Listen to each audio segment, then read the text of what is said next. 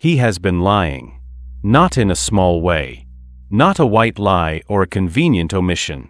Sung Jin-Woo has been walking into dungeons that should kill him, clearing them faster than four-man teams. And walking back out, still officially registered as E rank. The weakest hunter in Korea. A man barely worth the badge. For 15 chapters, the system has been quietly making him into something the hunter world has no category for. And he has kept every single level, every shadow, every impossible statistic completely invisible. Chapters 15 through 20 are the arc where that invisibility begins to crack. Not all at once. Not in a dramatic reveal with cameras and headlines. It starts with one person. One moment. One look that lasts a fraction of a second too long. And once the crack appears, it does not close. This is Solo Leveling, chapters 15 through 20, the arc where the Shadow Army becomes real and the world begins its first attempt to understand what Sung Jin-Woo actually is. Quick context for where we are.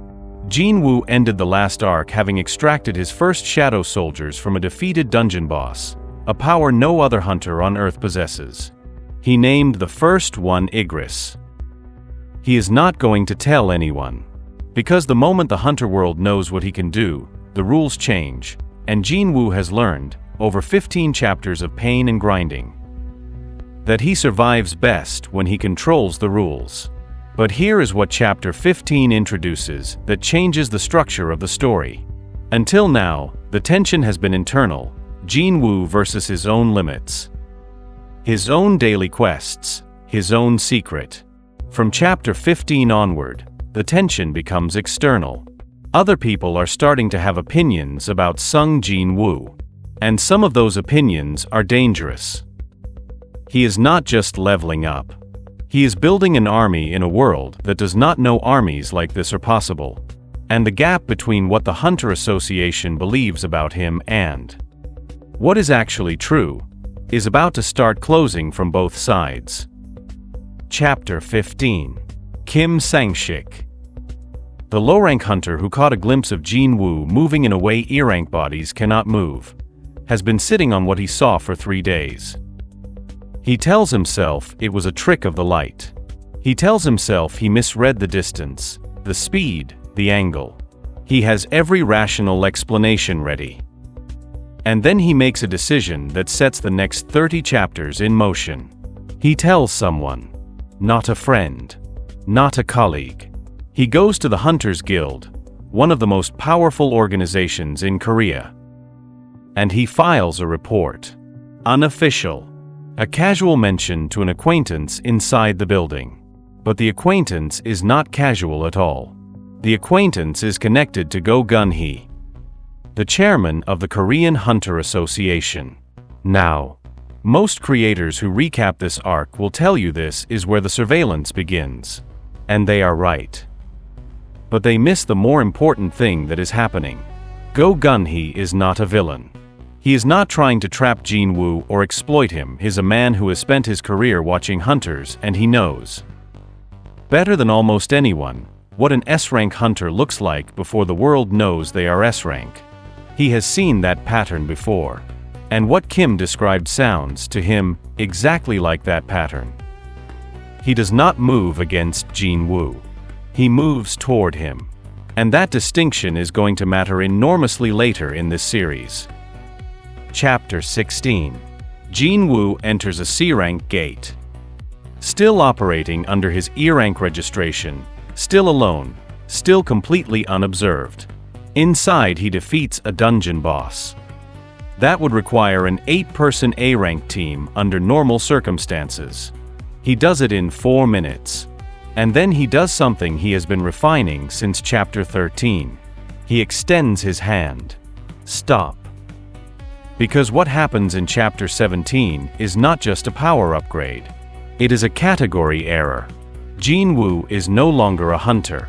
He is something the system was not designed to classify. Every other hunter in the world kills monsters and goes home. Jin-Woo kills monsters and then raises them. By chapter 17 he has extracted 4 shadow soldiers. by chapter 18:7.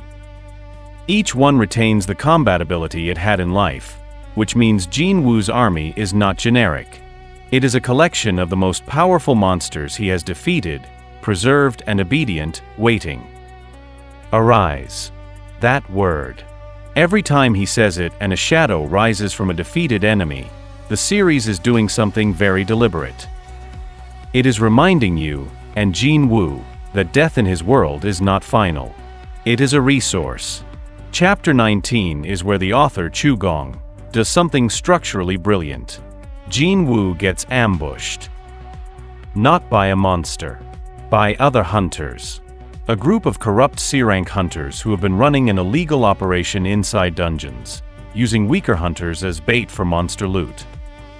Make the catastrophic decision to try to eliminate Jin-Woo as a witness. They chose the wrong witness. What follows is the first time we see Jin-Woo fight humans. And the gap between what the hunters expect and what they receive is not just physical. It is philosophical. Jin-Woo does not fight with anger or panic. He is calm. Almost clinical. Because he has been facing things far more dangerous than these men for weeks. They are, to him, something between an obstacle and a nuisance. The fight ends in seconds. Nobody dies. Jin-Woo is not a killer. But the hunters who attacked him are left with no way to explain what just happened to an E-rank badge. Here is what I think chapters 15 through 20 are really doing beneath the surface. Every arc until now has been about Jin-Woo expanding. More power, more levels, more shadows, more capability. He has been moving outward. Getting bigger. These 6 chapters are about compression. The world is getting smaller around him. The space he has to operate invisibly is shrinking. Kim saw him.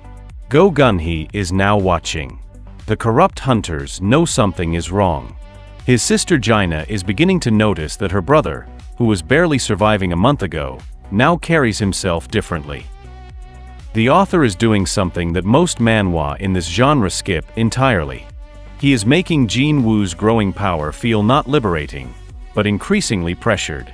The stronger he gets, the harder it becomes to remain hidden. And hidden is the only way he knows how to operate. Chapter 20 ends on a moment that encapsulates this perfectly. Jin-Woo completes a dungeon alone, as always. He looks at his shadow soldiers assembled around him in the dark, this army that no one knows exists, and the system notification appears. Another level gained. Another step further from the world he started in. And he is completely, utterly alone with it. That is the emotional engine of this arc. Not the power. The isolation that comes with it. If you read these chapters differently. If you think the isolation is actually what Jin-Woo wants rather than what he has been forced into, drop that in the comments. I read everything, and I am genuinely not sure the author has a clean answer to that question yet. But here is the thing about where chapter 20 leaves us.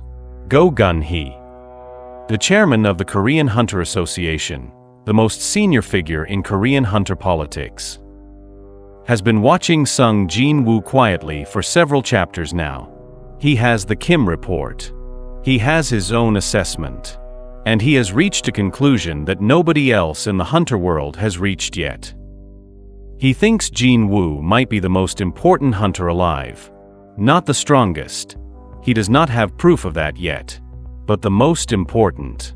Because a hunter who can do what the reports suggest.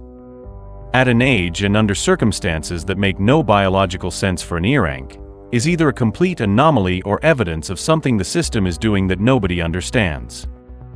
Go Gunhee does not just watch from a distance. He makes contact. And the conversation that follows, in chapter 21, is the first time in the series that Jin-Woo has to answer questions. From someone who is genuinely, dangerously close to the truth. That is the next recap. Chapters 21 through 25. The arc I am calling the interrogation arc. Covers the moment Jin-Woo's invisibility strategy gets its first real test from someone smart enough to see through it. That video drops Thursday. Subscribe now, because if you have made it this far through solo leveling, Chapter 21 is the chapter that changes how you read everything that came before it.